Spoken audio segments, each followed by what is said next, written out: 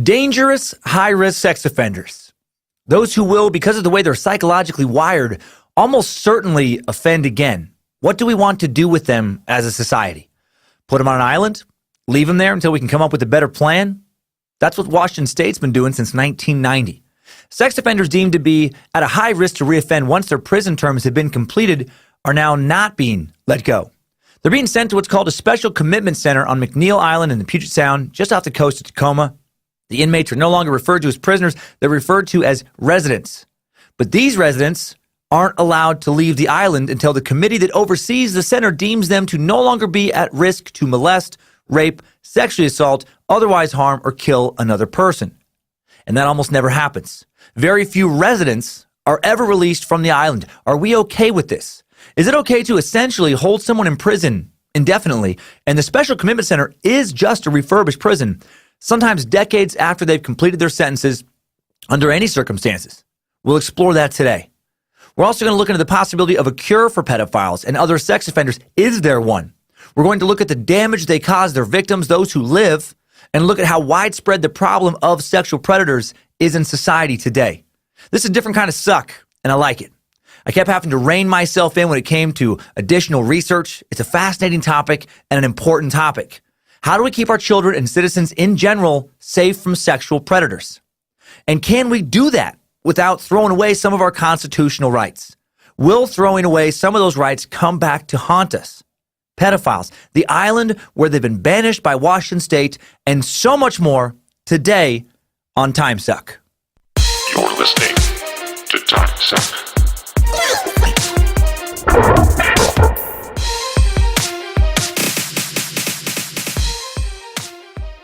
Happy Monday, Time Suckers. Happy President's Day. Hope you've enjoyed your 3-day weekend, if you've had one.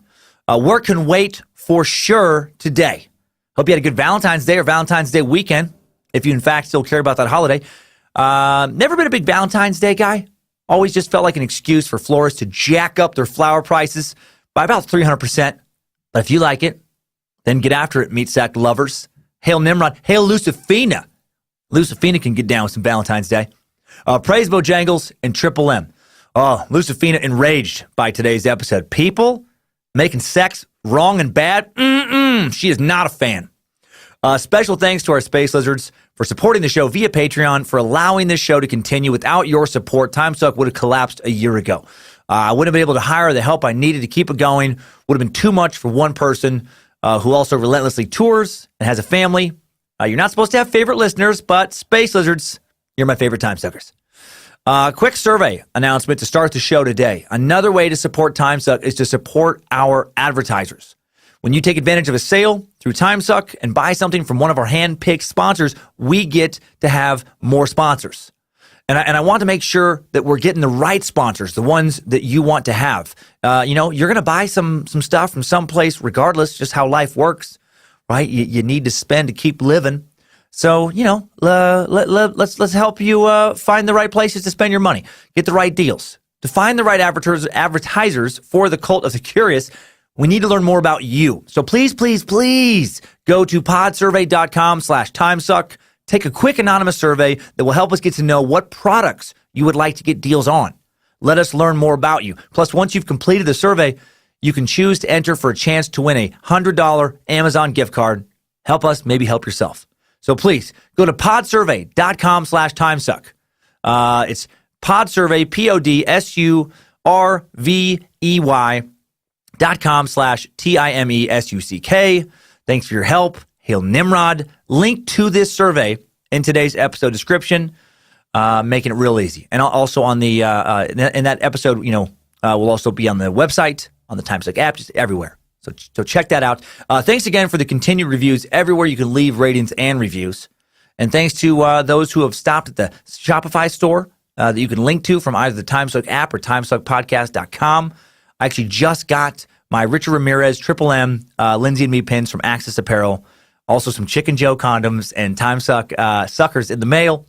Back on Thursday when I actually had to record this episode before my Philly shows. And Axis, they did an amazing job. They're too good. The condoms kill me. These little Chicken Joe, just blah, blah, playboy, just little condoms fucking kill me. It's a real thing now. Just like our prayer candles, Timesuck, we just keep getting weirder and weirder stuff. I love it. I also have a Timesuck championship belt now that a listener sent in. A really nice one. Been wearing it a lot on social media because I'm a champion.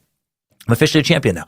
And huge thanks to everyone who's come out or is going to be coming out to the Happy Murder stand-up tour dates of the live Ant Hill Kids Suck. This Friday and Saturday, February 26th, February 22nd and 23rd, going to be at Wise Guys in Salt Lake City. Some shows already sold out. Going to be a blast. Ant Hill Kids Suck on Saturday the 23rd. And then the following week at the Stardome in Birmingham, February 26th. Atlanta sold out on the 27th. Going to be in Nashville the 28th, March 1st and March 2nd. Zany's Thursday through Saturday. Going to be in Huntsville, Alabama, March 3rd. And then I'm doing the Mediocre Time with Tom and Dan Cruise, March 7th through the 11th. And then no more shows until Naples, Florida on March 28th. Miami Improv, Saturday, March 30th. Cleveland at Hilarities, April 4th through 6th. Another live Ant Hill Kids Suck on April 6th. More tour dates at dancummins.tv. Thanks for making this year, starting off already, the best year I've had on the road. So many laughs and fun to be had. So many other time suckers and space lizards for you to meet at these shows. Pedophile Island right now.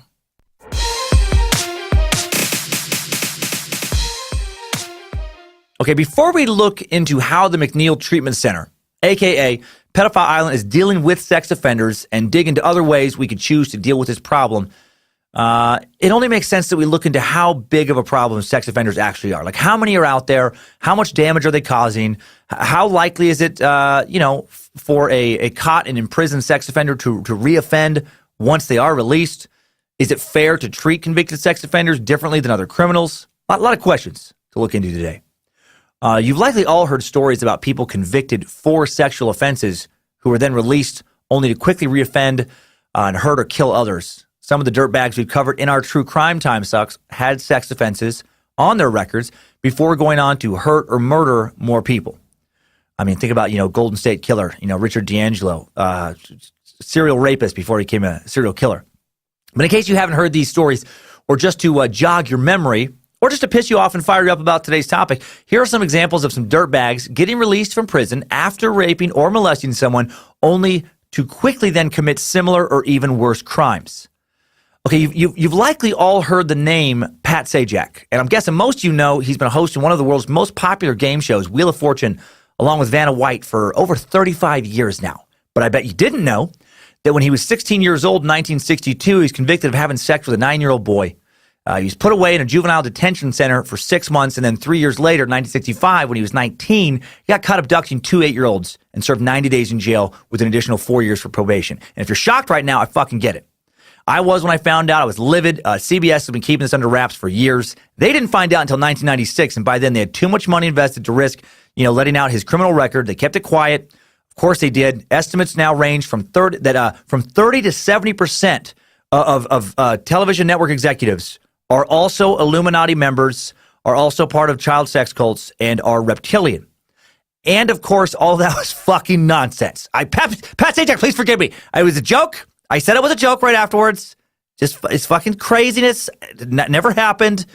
I've heard nothing but good things about Pat Sajak. I doubt Pat Sajak has even ever gotten a speeding ticket. He seems very wholesome. He is Polish. That's true. That is true. So God knows what he's capable of. But that was nonsense. But I hope that some of you for a second were like, are you fucking kidding me? They put him on Wheel of Fortune?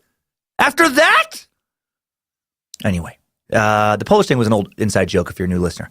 So let's talk about some real creeps now. Some actual assholes who committed horrible sex crimes only to go on and reoffend after often serving shockingly short sentences. In I don't know why that last thing, just to pick him of all people, just makes me laugh. I know it's so fucked up. 2013, Corbin scumbag Breitenbach, real piece of shit now, went to prison for raping a 22-year-old woman in Kansas. He was released on parole 4 years later, year and a half short of his 5.5-year sentence. Then just 6 weeks after being released by the Kansas Department of Corrections, less than 2 months after getting out of prison, this dirtbag brutally rapes a 7-year-old girl. Authorities say Breitenbach snuck into her bedroom in an apartment complex in Wichita, Kansas around 3 a.m. on June 11th, 2017. A real-life boogeyman. Authorities say he strangled the little girl until she was unconscious, took her to an outdoor balcony where he proceeded to rape her. He was arrested days later, was charged with capital attempted murder, aggravated criminal sodomy, and aggravated burglary. And unfortunately, Bojangles, one-eyed, three-legged pit bull defender of Timesuck, didn't turn him into a fucking human chew toy, starting with his evil dick. Unfortunately, as he tried to sneak into her room, her father didn't sneak up behind him with a baseball bat and turn his skull into a goddamn piñata. Sadly, officers didn't see him sneak in and weren't able to put about 5 slugs into his dick and balls and then make sure he didn't die. I hate this guy so much. And those like him. Monsters who walk amongst us, preying on the weak and the defenseless, lowest of the low. Bojangles actually just left the Suck Dungeon to go work on hitting the heavy back at a local gym before he kills somebody. He can't handle hearing any more of today's suck. I get it. It's infuriating. Good boy, Bojangles. Good boy. I know you want to bite them all, but you can't. Too much for one dog. Corbin allegedly didn't know this little girl. He just knew about her because he dated someone who lived in the same apartment complex. I saw this guy's mugshot, and he doesn't look like the stereotype of a sex offender. Not what I expected him to look like. No wispy mustache, no comb over, no greasy, pasty skin, not shifty-eyed. Why did I think he'd look creepy? That's another problem with pedophiles and sex offenders. Rapists don't always look like rapists. Think about Ted Bundy. You want to think you can see him, but you can't. I mean, oftentimes, way more often than not, the victim knows the perpetrator. It was a family member or friend of the family. Corbin looks like he could be a personal trainer at a gym. Looks like he's maybe some fresh out of college school teacher, some restaurant manager, clean cut, square jaw, handsome face. Looks like a guy you can trust, but none of that matters, does it? That's not how life works. He's a good reminder of how you can't see these people coming. You got to be extra safe with your kids. Vet everyone you think you can trust them with to be as sure as you can be.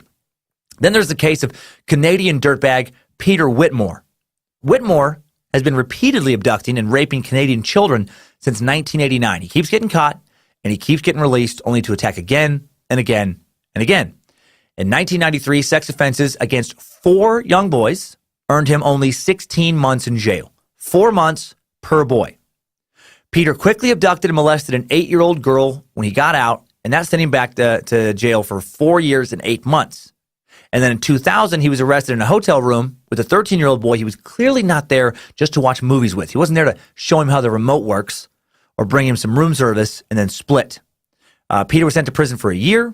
Then in 2002, he was caught with an abducted 5-year-old boy and a rape kit that included zip ties, duct tape, KY lubricant, and child pornography. He was then executed on site by officers immediately, as per their right to do so, under a no tolerance for disgusting child abductors program Canada had just launched. Yeah, right. I wish. That would be so great. In reality, he was sent to jail for only 3 years. 3 years, 3 fucking years for being caught with a kid he'd kidnapped as a convicted pedophile already and having a child torture and rape kit on him. 3 years after numerous other convictions for sexual assaults against other children. In 2006, after being released again, he attacked again. This time, he kidnapped 2 young boys, chained them up in an abandoned farmhouse for several days, and raped both of them repeatedly. Incredibly, after getting caught, he was still not given life in prison. He's been caught abducting 3 different kids now, caught raping, torturing, otherwise sexually assaulting a total of 7 kids. Right, and these are just the ones that he's been caught for. About to rape 2 others. And then less than a decade later, he'd be up for parole. Yep, this guy's been eligible for parole since 2015. In 2016, one of the boys one of his victims, publicly pleaded for him to never be released, saying, "I deal with night terrors every night. There's nothing you can really do. I've just learned to let the emotions go. Just live through it. I don't want to see this happen to another family, to another child, but it just keeps happening." Current sentencing laws in Canada, they just can't keep a guy like Peter Whitmore in jail indefinitely despite all the horrible things he's done. Are you getting a little angry? Me too. If you're not fired up, I'm a little worried about you. There's the case of another Canadian sex offender, Brian. I hope you hear this suck, and I hope you shoot yourself in the fucking face, Abrosimo. In 1992, Brian broke into the home of an ex-girlfriend and raped her. He was out of prison in 1996, shot somebody a few months later. 2002, he was out and free, raped the same ex-girlfriend again. 2004, handcuffed a prostitute, brutally beat and repeatedly raped her. Also in 2004, drove his van, of course he drives a fucking creepy van, drove his van into 2 young girls in his neighborhood. Like hit the girls with his van. And does not call an ambulance. Luckily, neither girl dies. while the girls are laying on the ground, battered from the car accident, he grabs the youngest one, only 11 years old, puts her in the van, tapes her eyes and mouth shut, and rapes her while he leaves the other one on the road to possibly die. He's sentenced to 18 years in prison and then is released just over a decade later in 2017, despite numerous pleas by numerous family members of the victims to please keep him incarcerated. Why? Why are these guys given second, third, fourth, and fifth chances? How is that justice? When you've committed crimes of that nature time and time again, why the fuck would you ever be given another chance at redemption? At what point as a society do we throw in the towel and say enough is enough? Fuck this motherfucker. Over 30 years ago, James Dean Barnett, the James Dean of child molesters, was convicted in London, Ontario for sexually assaulting a 10-year-old boy when he was 21 while he volunteered at the Boys and Girls Club. He gets 3 months in jail, another 3 months of probation. And then he gets a criminal pardon that wipes his record clean. He changed his name to Tyler Giles, and he starts molesting again. He befriends some neighbors to the point they trust him to babysit their kids overnight while they go on vacation. During this overnight babysitting situation, he repeatedly molests these kids. After he's arrested, another victim from an assault 10 years prior comes forward. Who knows how many other victims have stayed silent? He is currently awaiting sentencing. And the list goes on and on and on. There is story after story after story of this sex offender or that sex offender being released and then molesting or killing once they get out. And if you're wondering why most of the pedophile examples are Canadians, it is because Canada has the world's highest per capita amount of pedophiles. 1 in 12 Canadians have either been accused or convicted of serious sex crimes, and the ratio used to be worse. During the early 60s, cultural historians speculate that 1 in 4 Canadians perpetrating sex crimes both in Canada and abroad. Some people believe, some researchers, that at least half of all Canadian hockey players are also child molesters. Victoria, British Columbia, was known as the rape capital of the world in the early 70s, and Toronto is still referred to by some as Diddle City. And none of that is true. None of that is true. I hope it's not. But I hope at least one person turned out to suck right after hearing me say Toronto is known as Diddle City, and I hope they bring that up to at least one other person. Did I tell you that Hank and I are going to Toronto for the weekend? Really? Diddle City? Are you bringing the kids? I mean, yeah, we are bringing the kids. Wait, did you just say Diddle City? No more pedophiles in Canada per capita than in the U.S. or any other nation, as far as I know. I just happened to find those examples on a list of reoffending Canadian sex offenders before I found any others. For whatever reason, there is more studies available on the web, more articles about pedophiles from Canada than any other country, like by quite a bit. I have no idea why that is. When I look at news story after news story of sex offenders attacking this person or that child over and over, so many stories, I start to wonder, how big is the problem with sex offenders? Like, how many are out there in society? I did find U.S. stats for this. Finding the stats wasn't easy, but here's what I came across. The most recent survey I could find was conducted by the National Center for Missing and Exploited Children in 2012. And they reported that there were 747,408 registered sex offenders living in the U.S. This does not include incarcerated sex offenders. I can't find any recent reliable information regarding how many are also in prison right now. Back in 1997, there were 234,000 sex offenders either in prison or in some type of halfway house or law enforcement supervised release situation. So back to the roughly 750,000 sex offenders living amongst us in the U.S. right now, or recently 2012. The U.S. population in 2012 was 314 million. So doing some math, roughly 1 in 420 people registered sex offenders.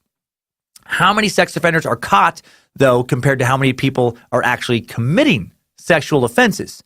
What do criminologists have to say about that? There's a lot of different numbers for this, but according to the National Sexual Violence Resource Center, 63% of sexual assaults are not reported to police. The U.S. Justice Department defines the term sexual assault, by the way, as any non-consensual sexual act prescribed by federal, tribal, or state law, including when the victim lacks capacity to consent. So doing some quick, admittedly loose math, a bit of speculation, if around 2/3 of sex crimes are not reported, maybe we can assume that around 2/3 of sex offenders don't get caught or registered. So that means that there could be 3 times as many sex offenders out there than that number of just 750,000 that I mentioned earlier from 2012, which would translate to around 2,250,000 offenders. And if that was true, that would mean that around 1 in 140 people could be sex offenders. That number is pretty scary to me. But that number still doesn't show anywhere close to the true scope of the problem because it's not like each sex offender just assaults one victim. Many of them assault numerous victims. So how many people are being sexually assaulted? These numbers are more important. How many victims are out there?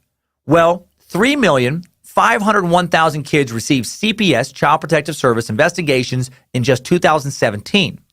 8.6% were sexual abuse allegations. That's 301,086 sexual abuse investigations. Yeah, just over 300,000 sexual abuse investigations in 1 year. That's a lot of kids in just one country in 1 year being sexually victimized. And I know that an investigation doesn't automatically equate to guilt.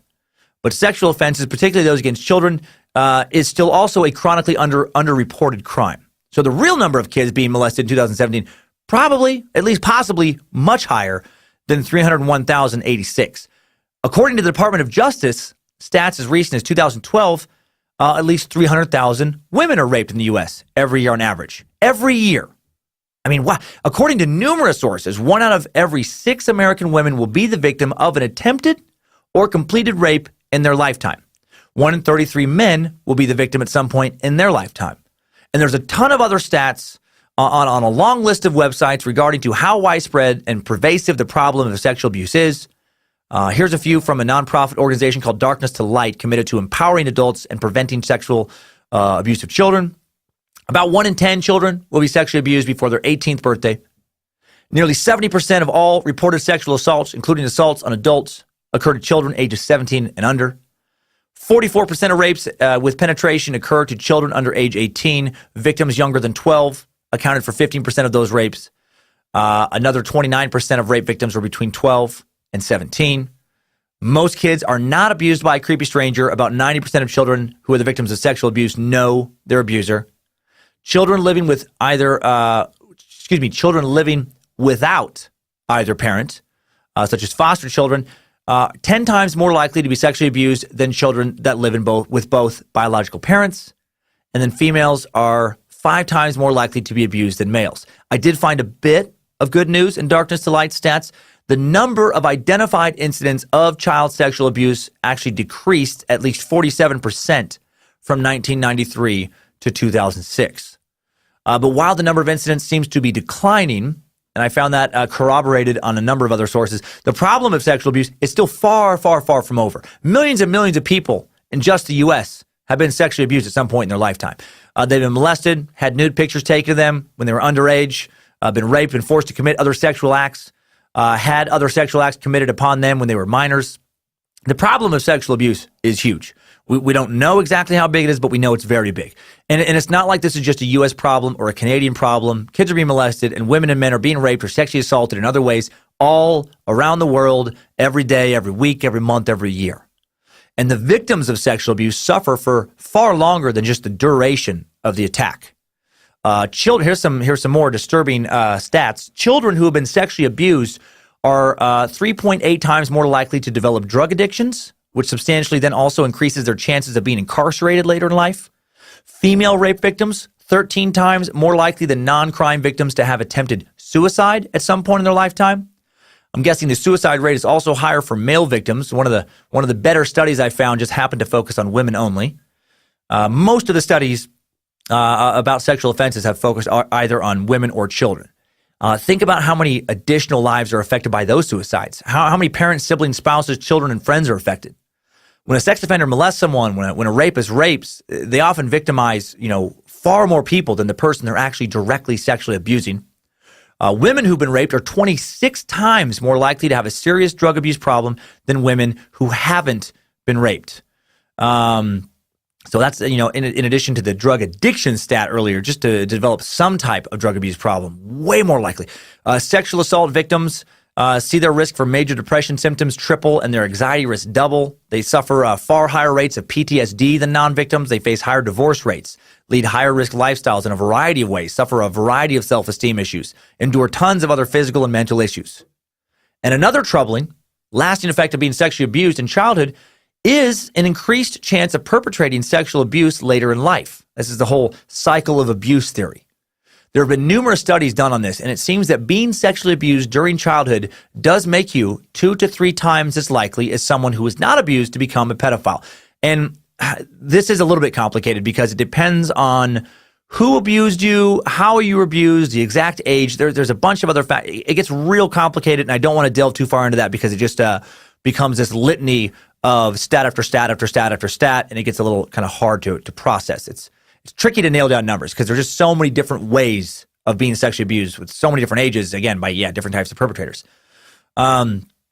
Getting treatment right away can also affect, your odds of becoming a perpetrator later and a lot of other factors. It's complicated, but it does increase the chances that you'll become a perpetrator. Also important to note that the overwhelming number of victims of sexual abuse, including childhood sexual abuse, do not go on to become sexual abusers themselves. I don't want anyone looking at someone suspiciously because, you know that they were victimized. What a terrible way for that person to then be re-victimized.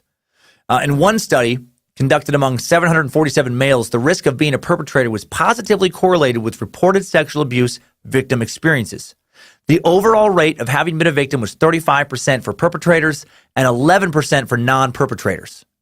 Just over 3 times as likely to become a molester yourself when you were molested. But still, again, even in this study, which was high compared to some others, 65% of those victimized would not go on to do something similar themselves. And the rate was not as high for women in a study conducted by the same researchers. More likely to go on and reoffend if you were a dude for whatever reason. In a study of 96 females, 43% had been victims, but only 1 would go on to be a perpetrator.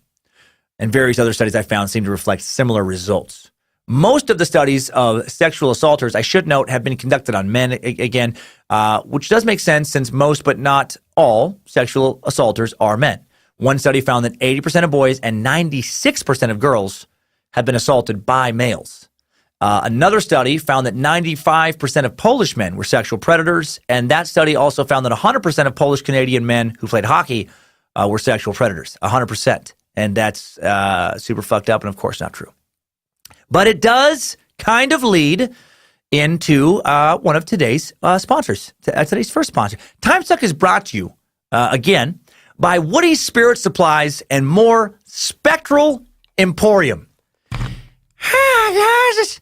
It's me, Woody, again.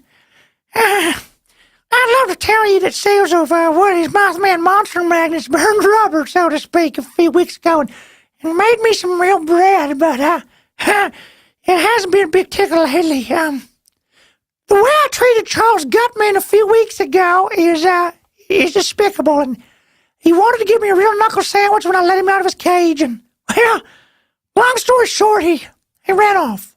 And I haven't seen him in 3 weeks, and it puts me in a real pickle since we share a bank account, and he's out there living like a king, acting like it's, he has allergies to grocery stores, and it's okay to eat 3 square bills of daddies every day. Anywho, I've been drinking too much. But Charles, if you hear this, I'll stop if you come back. Okay? I'll at least drink less. I promise not to drink before noon. Not during the week unless it's Friday or holiday or it's President's Day today. And I have been celebrating, and that's my right, Daddy-o. But anywho, here's what I'm selling. I'm selling myself today. I'm renting myself out. Doesn't have anything to do with ghosts or demons, but of course I will do exorcisms and house cleanings. I also do birthday parties, bar mitzvahs, family reunions, roast, barbecues, bowling leagues. For $20 an hour, you can just toss me around in an alley if that's what does it for you. As a puppet, I have a lot of experience with hands. I'm used to them going pretty much everywhere, so you just living a real tough time.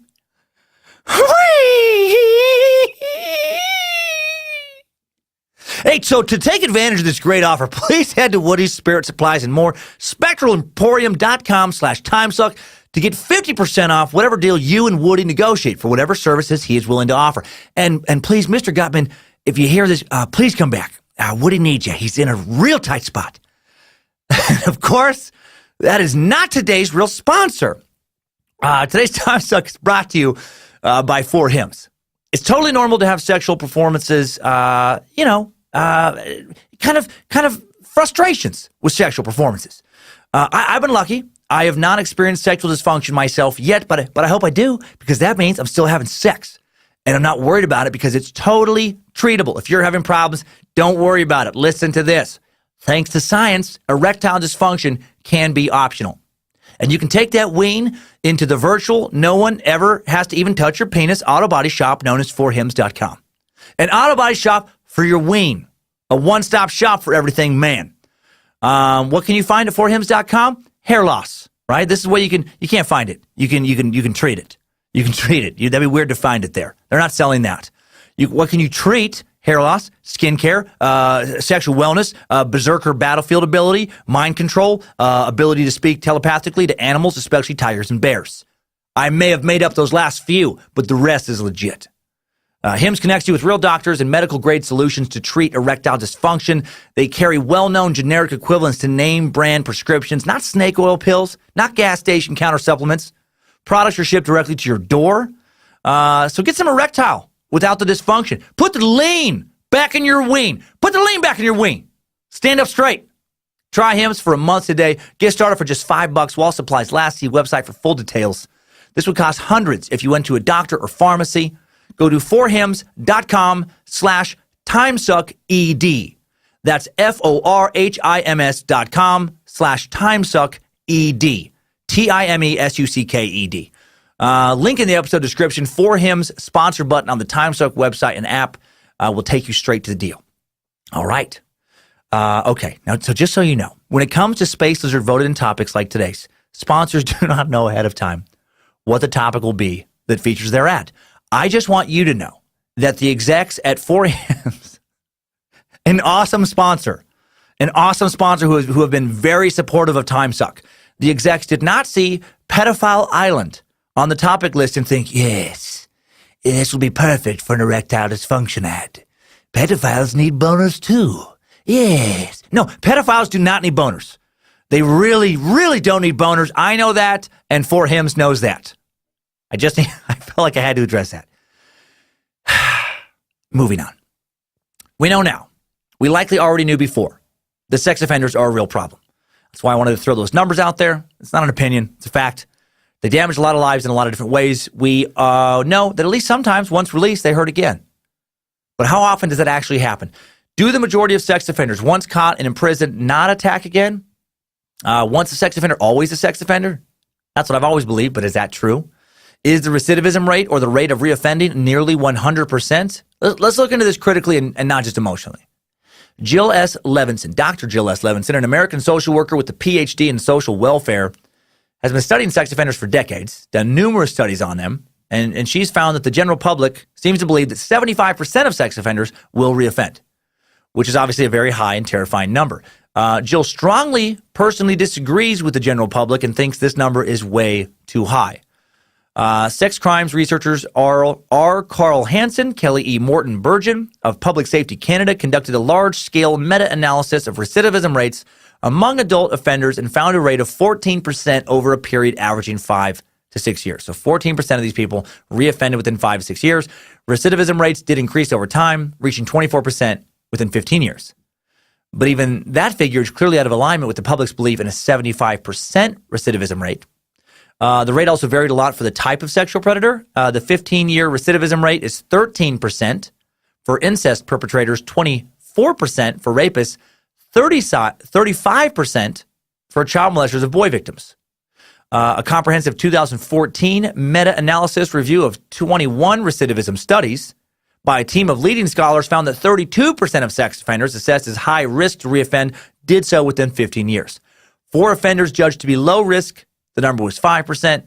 And for high-risk offenders who made it 16 years with no reoffenses, in this particular study, their reoffense rate was 0. Dr. Levinson states that we have lots and lots of recidivism research over 25 years, and all of the recidivism studies are remarkably consistent that the number of people rearrested for a new sex crime is somewhere between 5 and 15%. But can numbers that low be trusted? Is that actually accurate? Dr. Levinson is a highly accredited expert. I am not. However, a lot of other highly accredited experts disagree with her assessment because these stats, when it comes to sex offenders and recidivism rates, can be extremely misleading. In full disclosure, Dr. Levinson, I should point out, has been convicted of child molestation 4 separate times, most recently in 2015, and the stats she gave were taken from an interview conducted while she remains in prison. And I should stop with those type of lies on this episode. It's terrible. It's terrible. That would be so ridiculous if I was giving stats about how there's not that many pedophiles out there and the source of the stats was a pedophile incarcerated. Come on. No. Pat Sajak and Dr. Levinson are going to shut this podcast down. But a lot of other experts do disagree with Dr. Levinson. The Leadership Council on Child Abuse and Interpersonal Violence, a group of about 50 child abuse researchers and experts, cite a 1990 study of adult women that found that only 12% of those who said they'd been raped actually reported it to authorities. Only 12% of women who felt comfortable admitting they'd been raped in an anonymous study had actually reported those rapes to law enforcement. Based on this low reporting number, the council offers a hypothetical. If 100% of a sample of released sex offenders commit another sex crime, but the rate of reporting is only 12%, and only half of those reported are convicted, then the official recidivism rate would be listed as only 6%, when it is, in fact, far higher. It would actually be 50% using their math. Half of pedophiles going on to reoffend, much bigger problem for society overall than 6%. Not that 6% should be taken lightly. I do understand the argument that even one additional victim, is unacceptable. So what's the real number? I would guess probably quite a bit higher than the 5 to 15% proposed by Dr. Levinson, possibly also quite a bit lower than the 75% the general public believes in. But again, even if the risk to reoffend is only 6%, roughly 1 in 17, is that a risk we're okay taking as a society? You know, what if some kid that falls into that 6% is your kid? Okay, so now we still have yet to ask what to me is the most important question regarding today's suck. And we are going to talk about the actual treatment center here soon. But first, let's explore this. This is important. Can pedophiles or serial rapists, high-risk sex offenders, people who are literally attracted to raping or to children, can they be cured? Is it even possible? Can they ever be rehabilitated to the point that they are no longer attracted to children or to a criminal act like rape? I think this is a much more important question than, will they reoffend? Do they want to reoffend? Would they reoffend if given a good opportunity to do so, thinking they could get away with it? Well, the short answer is terrifying. And the short answer is what I remember studying, 20 years ago now, and the science hasn't changed. Pedophilia cannot be cured. Additionally, an actual attraction to the act of raping or an actual attraction to some other violent, non-consensual act cannot be cured. There's no cure for pedophilia. This is a really important point to keep in mind as we think about how to deal with pedophiles as a society. A 2010 article on pedophilia published by Harvard researchers actually opens with the sentence, "There is no cure, so the focus is on protecting children." This article continues with, "Classified as a paraphilia, an abnormal sexual behavior, researchers have found no effective treatment. Like other sexual orientations, pedophilia is unlikely to change. The goal of treatment, therefore, is to prevent someone from acting on pedophile urges, either by decreasing sexual arousal around children or increasing the ability to manage that arousal. But neither is as effective for reducing harm as preventing access to children or providing close supervision." I read into that preventing access to children, putting them on an island. Here are some more interesting data gathered by researchers. These same researchers, nearly all people with pedophilic tendencies are male. Studies of child molesters have reported that only 1 to 6% of perpetrators are female. Co-occurring disorders, such as personality disorders or mood disorders, are common in people with pedophilic tendencies. And about 50% to 70% of people with pedophilic tendencies are also diagnosed with another paraphilia, such as exhibitionism, voyeurism, or sadism. The researchers also state, several reports have concluded that most people with pedophilic tendencies eventually act on their sexual urges in some way. Typically, this involves exposing themselves to children, watching naked children, masturbating in front of children, or touching children's genitals. Oral, anal, or vaginal penetration is less common. Man, think about that sentence. Most people with pedophilic tendencies eventually act on their sexual urges in some way. That's scary. Most. Don't like to hear the word most in this context at all. The Harvard researchers also further stress their point that this problem is a scary one is a tough one to solve, stating, fears about predatory behavior are valid. Most pedophiles who act on their impulses do so by manipulating children and gradually desensitizing them to inappropriate behavior. And finally, they say estimates of recidivism vary because studies define this term in different ways. One review found recidivism rates of 10 to 50% among pedophiles previously convicted of sexual abuse, although this could include anything from an arrest for an offense to reconviction of a crime against a child. One long-term study of previously convicted pedophiles with an average follow-up of 25 years found that 1/4 of heterosexual pedophiles and 1/2 of homosexual or bisexual pedophiles went on to commit another sexual offense against children. Those numbers a lot higher than 6%. And here's what James Cantor, PhD, an international expert on pedophilia, associate professor of psychiatry at the University of Toronto, not called Diddle City ever, and the editor-in-chief of Sexual Abuse, a journal of research and treatment, had to say about treating pedophiles in a 2013 interview. He said, therapists have been attempting to turn pedophiles into non-pedophiles for a very long time, but no one has presented any objective evidence of any enduring change in sexual interests. Pedophilia can be meaningfully described as a sexual orientation. Scientists have more specifically called it an age orientation. How creepy is that? Some people are attracted to an age. Could be 14, could be 10, could be 5, could be younger. Dr. Cantor continues, the best treatments we have available for pedophiles help them develop the skills they need to live a healthy, offense-free life, and in some cases to block their sex drives, if they feel this would help them. We have not yet found a way to convert pedophiles into non-pedophiles that are any more effective than the many failed attempts to convert gay men and lesbians into heterosexuals. So obviously, not being able to change their mode of thinking, very concerning. There is no cure for pedophilia any more than you can cure heterosexuality or homosexuality or bisexuality or any other sexual preference. At the end of the day, researchers still aren't sure exactly why we all are attracted to what we are attracted to. In various studies, pedophiles show signs that their sexual interests are related to brain structure and that at least some differences exist in their brains between them and non-pedophiles. And those differences may exist before birth.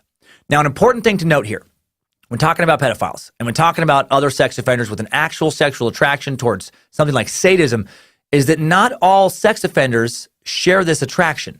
A sex offender who was convicted of rape after getting really drunk and ignoring someone's demands to stop is sometimes a very different offender than someone who is actually attracted to the act of raping. Not everyone who rapes wants to rape more and more and more. Not everyone who molests one child wants to molest as many as they can get their hands on. And again, you can argue that one time is too many times, and I hear you. I just want to clarify that when it comes to the issue of is a convicted sex offender bound to reoffend if we let them out of prison, some, depending on their kind of attractions, much more likely to reoffend than others. A lot of the research I came across stated that molesting a child doesn't necessarily mean that someone's a pedophile, that they're hardwired to have sex with kids. Yeah, sometimes it's a random crime of opportunity, not part of a pattern. I remember learning years ago about how sexuality exists on a spectrum, the Kinsey scale. You've probably heard of it. Famous sexologist Dr. Alfred Kinsey and some other researchers he worked with developed a theory of sexuality, that sexuality is fluid. It first was published back in 1948, and the Kinsey team interviewed thousands of people about their sexual histories. Research showed that sexual behavior, thoughts, feelings towards the same or opposite sex were not always consistent across time. Instead of assigning people to 3 categories, heterosexual, bisexual, homosexual, the team used a 7-point scale, and there's actually another kind of category they threw in there.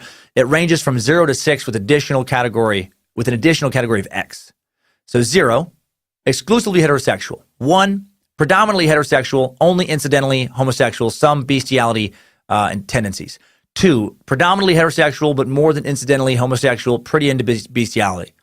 3, equally heterosexual and homosexual and into animals. 4, predominantly homosexual, but more than incidentally heterosexual and interested in group sex situations with animals. 5, predominantly homosexual, only incidentally heterosexual and attracted to horses or other large animals. 6, exclusively homosexual, and hopefully all the animal references in this scale were made up nonsense by me. But the rest is legit, and then X, no socio-sexual contacts or reactions, kind of like I said, like asexual. So where are you on this scale? And thinking about this scale will lead to some thoughts on pedophilia. This is where I'm bringing this up. I'm a 0, which doesn't make me homophobic. I've actually been so not homophobic for a number of years. I've often been thought to be homosexual by certain, probably somewhat homophobic people who think men shouldn't, hug too long or kiss each other on the cheeks or sit too close to each other. I can hug dude friends. I'm a hugger. I can give dude friends a little peck, even on the lips in the right situation. You did it, you beautiful bastard. You're engaged. Mwah! Whatever. I don't get aroused in these moments. If I did, I'd be at least incidentally homosexual. Dicks just don't do it for me, other than the one that I have. And I wouldn't even want to put that one in my mouth if I was that flexible. The good feeling of having a mouth on my dick would be canceled out by the uncomfortable feeling of knowing that the dick was in my mouth. But when I was going through puberty, I have had sex with items outside the homosexual or heterosexual spectrum. That's where paraphilia kind of comes in, and pedophilia falls under paraphilia. Like some pillows, like a banana peel one time in a grocery store bathroom, grocery store I worked at. Not going to go into great detail with that incident, but there were several incidents of, I wonder what that would feel like if I put my dick on it or put my dick in it, and then I found out. And I doubt any long-time listeners are surprised. But I wasn't really outside the scale, I guess, because I still fantasized about some woman. My dick may have been in a cushion, but I was thinking about Anna Nicole Smith when she had just become a Playboy centerfold, or a few other centerfolds, or some girls I went to school with, or my mom's friend Paula. I thought about, true story, I thought about them while I fucked a pillow or whatever. The attraction wasn't to the pillow. The pillow was just a masturbatory accessory. That's not the case for everyone. Space Lizard, Patreon listeners recently heard the secret suck about a guy who's sexually attracted to cars. He likes to fuck his car. He has a sexual relationship with his car. He's on a whole other scale outside of the Kinsey scale. That's objectophilia, sexual, and sometimes also romantic attractions to an inanimate object. Objectophilia is another type of paraphilia. Other paraphilias are necrophilia, sexual attraction towards corpses, piquerism, sexual arousal by piercing the flesh of another person, most commonly through cutting or stabbing with a sharp object. Think of Russian serial killer Andrei Chikatilo. Raptophilia, sexual attraction towards raping someone. Coprophilia, attraction towards feces, literally turned on by shit or the act of someone shitting. And of course, pedophilia, sexual attraction towards prepubescent children. And there is no cure for paraphilias. What's that quote? The heart wants what the heart wants. Well, unfortunately for some, so do the genitals. More specifically, even though some women pedophiles do exist, usually it's the ween wants what the ween wants. And some people have super fucked up evil weens that want to stick themselves in terrible places, like a variety of holes that don't want them to be there. And we talked about various other paraphilias before, like Jeffrey Dahmer. He was attracted to specific body parts like the bicep, sexually aroused when cutting someone's bicep off. Again, Chikatilo, sexually attracted to bloodshed, specifically to stabbing and cutting someone. Stabbing, would sometimes cause him to spontaneously ejaculate. So there's actually a much wider spectrum of sexuality than what you would think of on that Kinsey scale. And what seems to have been proven time and time again with studies is that your sexual orientation isn't necessarily like based on who you're having or what you're having sex with in the moment. It's based on what you fantasize about, if that makes sense. So like a pedophile might be able to have sex with an adult. Sometimes they can be attracted to both. The spectrum of sexuality is very fluid that way sometimes, where people can have numerous attractions. Think about like bisexuals. So some people are more sexually attracted to children than others. And what's terrifying about it is even if they're not having sex with a kid, that's what they have to think about to turn themselves on. Like for me, if I wanted to ejaculate, I had to fuck, when I was fucking a pillow, I had to think about a woman. I couldn't think about, man, this fucking sexy ass pillow. Oh man, I still love fucking pillows, because my orientation is heterosexual. And that will never change. Study after study has shown that whatever your sexual orientation is that way, whatever your sexual preference is, it's going to stay that way. If you like dudes, you're always going to like dudes. If you like women, you're always going to like women. If you like both, you're always going to like both on some level. And unfortunately, if you want to fuck kids, you're always going to want to fuck kids. And I know some people don't necessarily believe in this spectrum of sexuality. It makes a lot of sense to me. I just think about how complex we meat sacks are in general. Like think about our preferences for music. What one person passionately believes to be the best band ever, another person despises. Some meat sacks don't care about music in general. Crazy, I know, but I've met them. Meat sack tastes and preferences vary widely. Think about how different we all are physically, how many different conditions and syndromes and disorders there are where, someone can have much harder skin than someone else, or have a totally different arm to torso ratio, or not have arms or legs, but be otherwise fine, or have arms and legs and have those be fine, but have some digestive problems, or have facial deformities or speech impediments like me, like a mushmouth. So many obvious physical differences we have. Well, the mind is very different as well. We think in so many different ways. Math comes easy for some, but not for others. Some people have better vocabulary skills. Some people have better memories. Some people are just much smarter overall than other people. Just like some people run faster than the rest of us. Some people think faster, think better. So why would sexuality be any less diverse, any less complex? Right? There are just so many different attractions and fetishes and interests and sexual inclinations, and to pretend otherwise, I think, is a little bit silly. So we now know that there are people who are attracted to children in a way that cannot be cured. That's how they're wired sexually. There are others who are wired in a way that they're attracted to sexually harming others, the act of harm, a form of sadism, and that can't be changed. So what do we do with these people? What do we do with this specific type of sex offender, the career criminal of sexual offenders, so to speak? Well, I can't think right now. What we should do with sex offenders is probably different than what we do with other criminals. I can't think right now about how we should punish someone for shoplifting any more than I can think about how to punish someone for date rape or a sexual crime of opportunity. Today, I'm just looking at the very specific crime of sexual offenders who are very likely to reoffend and cannot be cured. I do think they're a very specific type of criminal. And legislators have felt the same way. And that all brings us to Pedophile Island. So now we're here. Hopefully everything has made sense. I know it's a lot of information. I wrote and rewrote this over and over again to try to get it the most clear. Okay, so off the coast of Washington State are many picturesque islands populated with wealthy vacation owners, but McNeil Island, that's a different one. It's currently inhabited by around 240 sexually violent predators whose prison sentences have ended, but the state still refuses to release them. These residents are, in the view of the state, the rapists and child molesters who are most likely to commit new offenses. And sex offenders finish serving prison times, after they finish serving prison times for the crimes they committed, an end-of-sentence review committee assesses whether or not they believe this person will be a continual offender.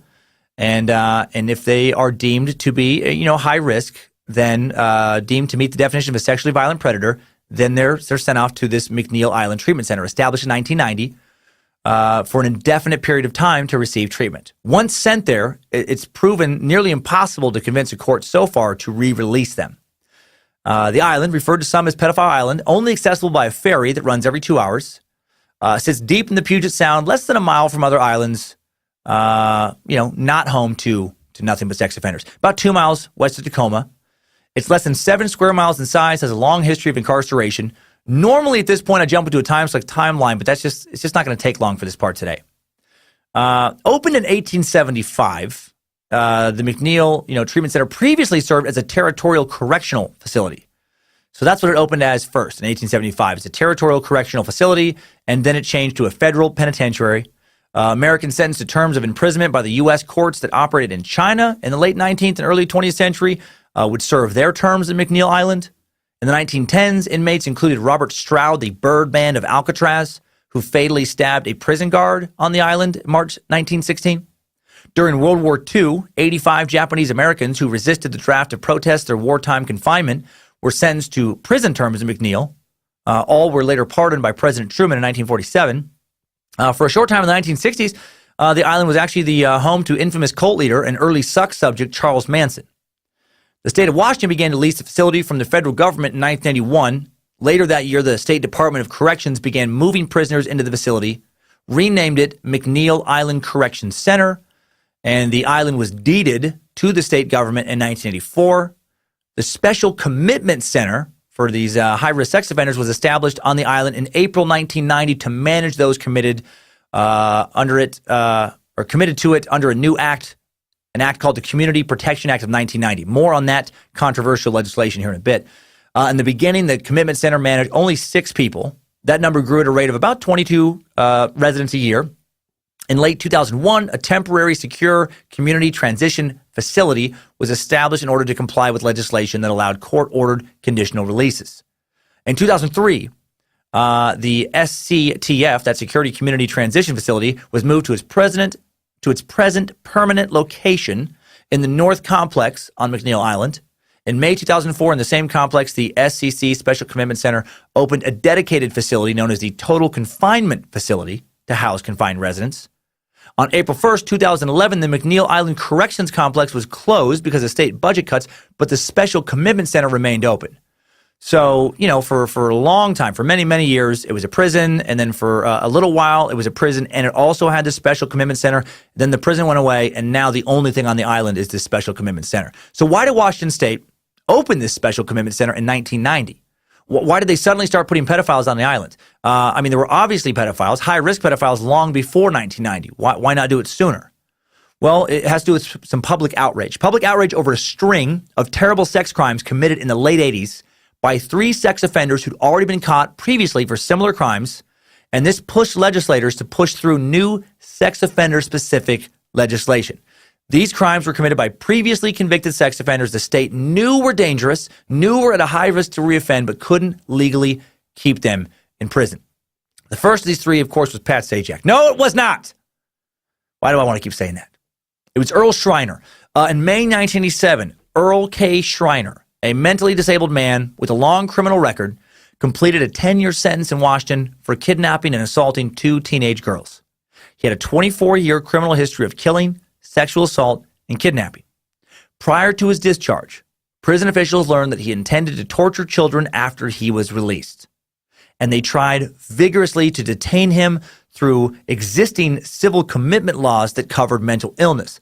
However, they were unable to legally prove he was dangerous under those existing laws, and the state had no choice but to release Schreiner, a man they knew they were going to hear from again.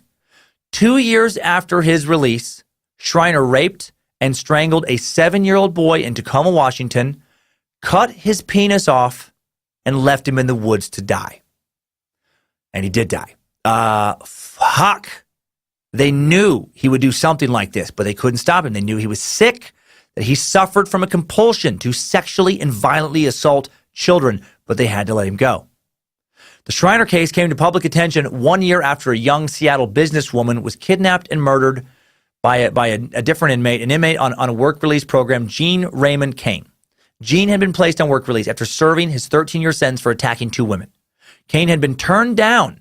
This is unbelievable to me. Kane had just been turned down before this release to this work program, turned down by the state's existing sexual psychopathy program because the mental hospital considered him too dangerous for them to handle.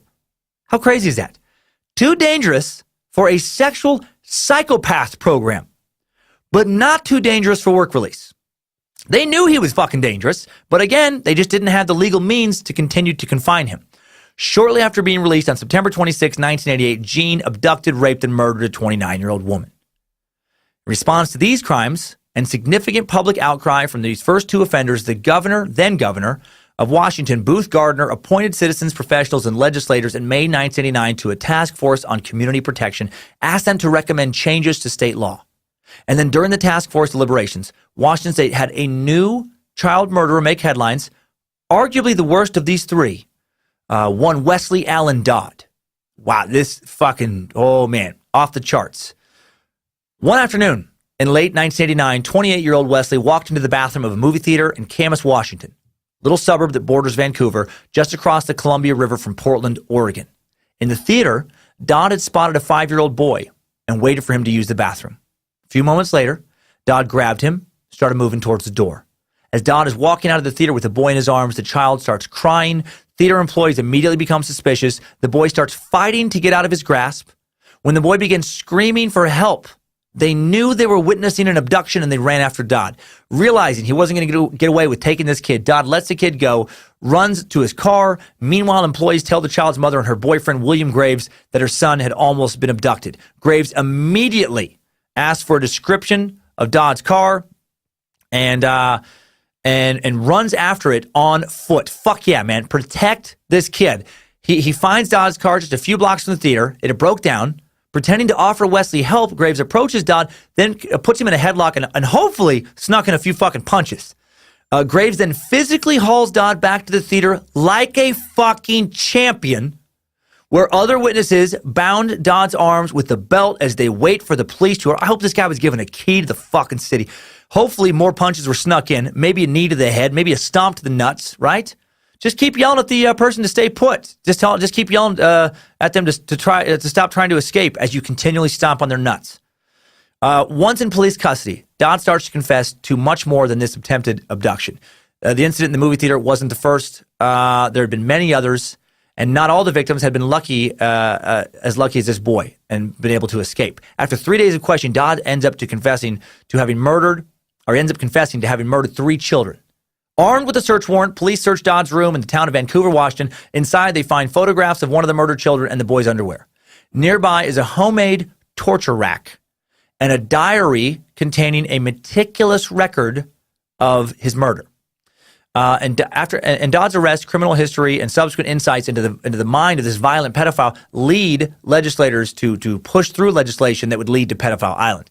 Wesley Allen Dodd grew up in Washington in a somewhat troubled home. He was a shy kid who had a dark sexual compulsion to expose himself to other children. This guy is like the poster child for high-risk offenders.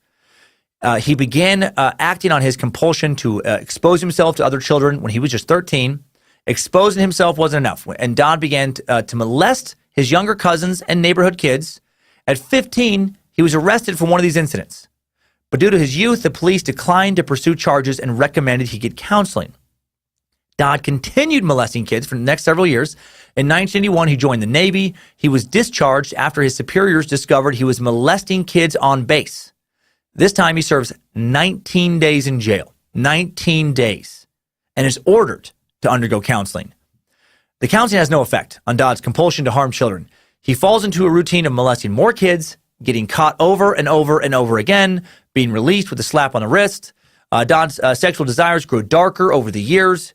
He wrote in his diary about a desire not to just molest children, but to murder them.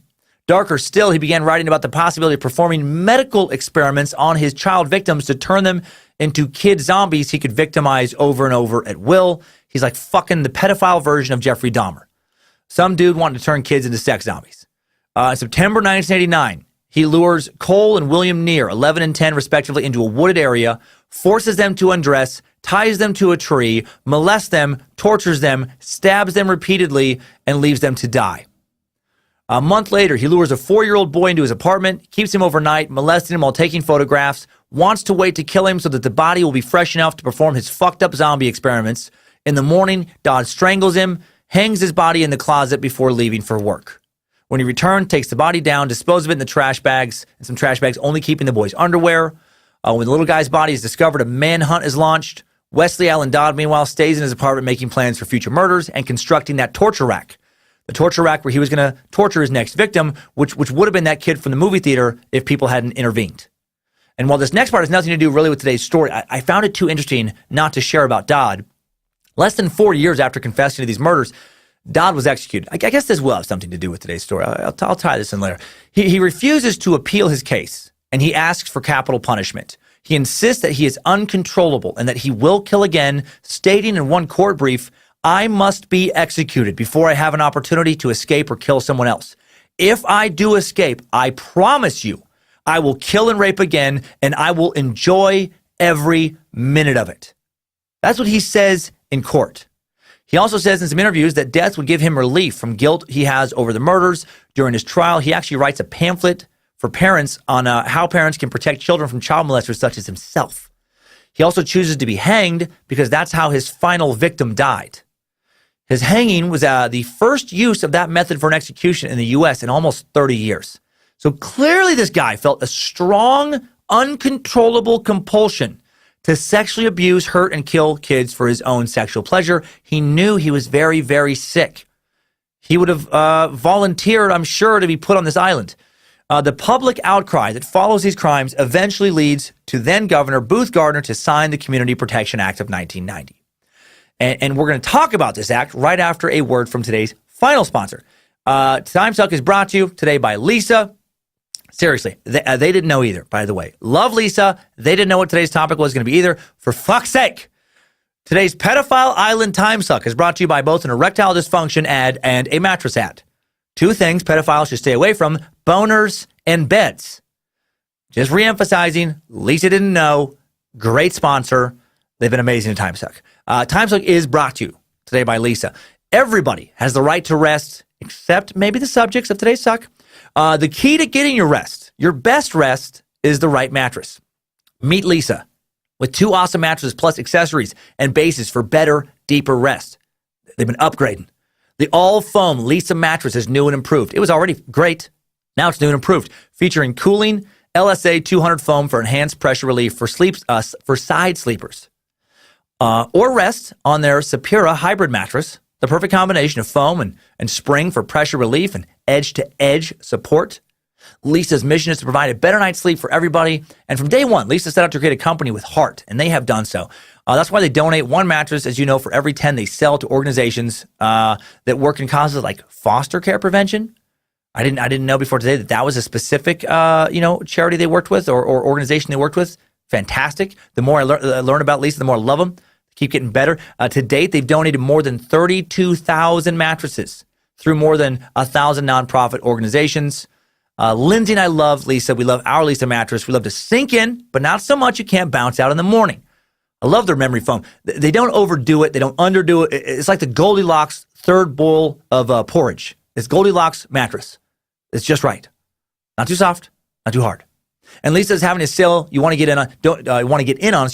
Don't miss Lisa's President's Day sale. Get 15% off today, right? Get 15% off any mattress for a limited time at lisa.com/timesuck. Use promo code timesuck. That's LEESA.com/timesuck. Promo code timesuck. Link in the episode description. Lisa sponsor button on the Timesuck website and app takes you straight to the deal. Mattress and erectile dysfunction. I did not put that together until right before the show, and it is darkly hilarious to me. Okay, Back to Washington State's Community Protection Act of 1990. The controversial act was a package of laws aimed at sex offenders, including tougher sentences, a sex offender registration, and the creation of a procedure that allowed authorities to indefinitely lock up sex offenders when a court believes them to be a continued threat to the community. The task force focuses attention on remedying the powerlessness that state officials faced in 1987 when Schreiner was released. Every proposal for reform was tested against this key question. Would it offer the state the necessary power to contain someone like Schreiner, who would reach the end of their maximum criminal sentence and yet clearly pose extreme risk to the public? The task force solution enacted by the legislature addressed a small group of sex offenders called sexually violent predators. Individuals in this category were defined as those who have been convicted of or charged with a crime of sexual violence and suffer from a mental abnormality or personality disorder which makes the person likely to engage in predatory acts of sexual violence, which includes pedophilia. The law authorizes prosecutors or the attorney general to initiate civil proceedings for a person whose sentence for a sexual violent offense has expired or is about to expire, and that person, 1, has been convicted of a sexually violent crime and is nearing the end of their criminal sentence. 2, has committed a sexually violent offense as a juvenile and is about to be released.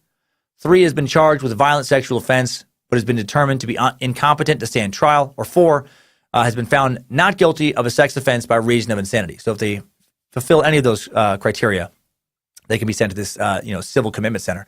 Since the passage of this act, 19 other states have enacted similar civil commitment laws. There are now more than 5,200 people civilly committed in the U.S., according to a 2017 survey of 20 civil commitment centers. About half of the states with such laws allow the commitment of individuals who offended as juveniles. Many of these committed are diagnosed with some sort of paraphilia. And out of all these centers, Washington's Civil Commitment Center, Pedophile Island, is unique because it's the only one on an island dedicated to housing only sex offenders and also the first of its kind. And all of these centers have been and continue to be controversial. Basically just centering around, is it okay to continue to hold someone in what essentially is a prison after their prison sentence has been completed for any circumstance? What if we had some test to see if someone was going to probably murder again in a non-sexual way, or probably going to rob a bank, or probably going to deal drugs? Would it be acceptable to have similar detainment centers for any other area of criminality? Is allowing these civil commitment centers to do what they do, creating a slippery slope to detain other people past their sentences? Are we getting into weird, 1984 Orwellian territory here? There have been a number of constitutional challenges to these centers, typically involving due process. post facto double jeopardy clauses. Legal questions have been raised regarding the civil commitment of sexually violent predators or those of similar designations. And the U.S. Supreme Court has upheld the constitutionality of these centers every time so far. Been 3 major cases so far, and every time they were like, nope, it stays. The Florida Civil Commitment Center currently holds up to 720 residents, billed as the worst sexual predators in that state. But the committee who decides whether or not to continue to detain these inmates has a slight conflict of interest in its hands. It's a private treatment center. The commitment center is ran by For Correct Care Recovery Solutions, a spinoff company of the GEO Group, one of the nation's largest private prison contractors, and it's the source of over $270 million in revenue. So that I don't love that. I don't love the privatization of this. I mean, again, if any group of inmates other than high-risk pedophiles were being detained, would we be okay with the private company holding these prisoners indefinitely for profit? I mean, doesn't that slightly fuck with a citizen's constitutional rights? Isn't that scary territory to walk into? Well, 20 states have laws that allow for the involuntary and indefinite civil commitment of sexually violent predators. Only Florida has turned the operation so far into a private for profit, or turned the operation of its commitment center over into the hands of a for-profit private contractor. Moreover, Florida involuntarily commits more people than any other state. California ranks second. A new law that increases the pool of offenders Florida can consider for civil commitment will likely increase the number of residents even further. Other measures are also being taken to put sex offenders behind bars for longer periods of time in Florida. A law signed recently by former Florida Governor Rick Scott, he just became a senator in January, extended civil commitment eligibility to offenders serving jail sentences. Again, that makes me nervous. That makes me nervous. What if more civil commitment centers become for-profit schemes? Businesses that indefinitely can confine or incarcerate individuals under the guise of treatment or under the belief that they may commit future crimes. A center in Minnesota was recently the subject of a lawsuit because in the over 2 decades of its existence, it has never released an inmate. The Association for the Treatment of Sexual Abusers does not take a position either in favor of or opposed to the use of these centers. However, ATSA believes that jurisdictions choosing to implement such legislation should be careful. Be careful in a manner consistent with relevant research and the best practices in assessing, treating, and managing sexual offenders. They have some summary, some recommendations for who should be detained and how should these detainments be handled. It says for a small group of chronic, violent, or predatory offenders, confinement and treatment may be appropriate and necessary to safeguard the community. Sexual predator assessments should be conducted using empirically validated risk assessment instruments, measures, and methods. The state should provide a contemporary, properly designed prison-based treatment program to enable incarcerated offenders to receive treatment in order to promote risk reduction and successful community reintegration. If the state chooses to implement civil commitment, it should be reserved for sexual offenders who are found to pose the highest threat to public safety. Treatment that follows the end of incarceration / criminal jurisdiction in cases where a state elects to implement civil commitment should also be consistent with current research and professional standards and guidelines. Prior to being considered for civil commitment, offenders should be offered opportunities during their regular criminal sentences to address their risk-relevant mental disorders and needs through properly designed and competently implemented treatment. So give them a chance to rehabilitate before they can be reviewed. So basically that's how these centers are set up. So what is life like in these places? How is Pedophile Island actually kind of ran? McNeil Island's unpopulated, again, except for those 214 people-ish who live in the special, 214, 240, found a few different numbers. Between 200 and 250 people probably currently right now live in this special commitment center. The people sent to the McNeil Island are called residents, as we said, not inmates. And many of those committed are diagnosed with some form of paraphilia. Mental health professionals are split as to whether that diagnosis for commitment is appropriate, though. Dr. Sean, Jumper, president of the Sexual Offender Civil Commitment Programs Network, told an interviewer in October of 2018, many of the sexual violent predator evaluations for men convicted of rape are diagnosed with paraphilia, not otherwise specified. The controversy lies, he said, in the fact that the Diagnostic and Statistical Manual of Mental Disorders does not have a specific classifications for adults who are sexually aroused by those who don't consent. So they have a hard time determining if someone, they have a hard time determining in like a psychological way if someone truly is attracted to the act of like raping or not, or truly attracted to kids or not. Fundamentally, these laws are about predicting a person's future risk, which presents its own kind of, philosophical and moral dilemmas. To assess risk, the states use actuarial scales, which predict an offender's risk kind of the same way a car insurance company determines insurance rates. They have this test, and that produces a score based on a number of mostly unchangeable things, including criminal and relationship history. So basically, like once you fail it, it's very hard to pass it later based on your past actions that you can't change. Current research and actuarial tools are not designed to predict individual risk, says Dr. Michael Miner, a professor of human sexuality at the University of Minnesota. He says, to some extent, the criminal justice system is requiring decisions to be made that go somewhat beyond the knowledge base that we have. So this is a tricky ethical dilemma of this. There isn't enough information to really, truly figure out if it's impossible to cure these people, and to truly determine if, there is some better way to deal with this problem. Miner says that aside from the problems with risk assessment, he questions the entire civil commitment process. He says, you either have a mental defect that makes it unlikely that you can control your behavior, and therefore you're not guilty by reason of insanity, or you're responsible for your behavior. It seems to me that a more honest system would at the front end say, we think you're a bad guy, and we're not going to let you out. We're going to give you a life sentence.